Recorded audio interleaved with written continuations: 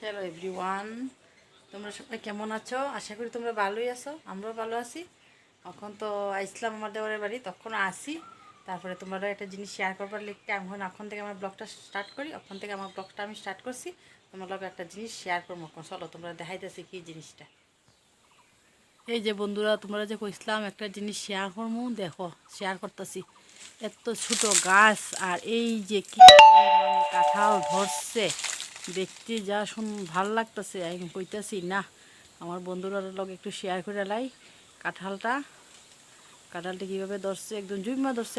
আরও অনেক উপরেও আছে, এই যে উপর পর্যন্ত আছে। উপর থেকে একদম এই যে নিচ পর্যন্ত কি সুন্দর দেখো কাঁঠালটা বেড়ে দিছে। একদম খুব সুন্দর কাঁঠাল বেড়েছে। কাঁঠালটি বলে এত স্বাদ থাকলে আমার যা আমারে কইতাছে, হয় দি ভাই কাঁঠালটি খুব স্বাদ। দেখো খুব সুন্দর। এটা শেয়ার করবার দিকে আমি মোবাইলটা নিয়ে আইছি। আর আমার বন্ধুদের সঙ্গে একটু কথা গল্প করতাম, ইচ্ছা হয়েছে তার জন্য। এই দেখো আমার জায়ের বাড়ি সবজি ক্ষেত মাত্র শুরু হইতেছে, ধরছে না এখনো ডাটা মাছ কি সুন্দর করে লাগাই রাখছে সবজি ক্ষেত। এই যে বন্ধুরা, অনেক দিন পরে আমি বাড়িতে আইছি, সেটা তোমরা একটু দেখাই যাচ্ছে না। আমার পুরান বাড়িতে তোমরা দেখানি দরকার। এই যে আমরা দেওরের বাড়িতে আইলাম, যে রান্না টান্না হইলো, খাওয়া দাওয়া করবো অক্ষণ এলাকা। বাটটা সব বার হয়ে গেছে অলরেডি, ভাত বাড়াইছে। এই দেখো আমার জালে কি রান্না করছে তোমরা দেখাইতেছি। এই দেখো চিকেনের ঝোল করছে, তো চিকেন ঝোল। আর এদিকে আছে এই যে গুদক।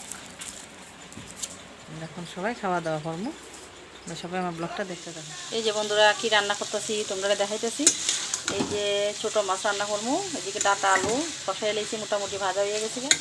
এই যে ডাটা আলু দিয়া এইদিকে ছোটো মাছটি ভাজিয়ে রাখছি। এদিকে টমেটো একটু ভাজিয়ে রাখছি, কারণ ডাটা দিয়ে রান্নার দিকে মাছটা একটু ভাজিয়েই করছি।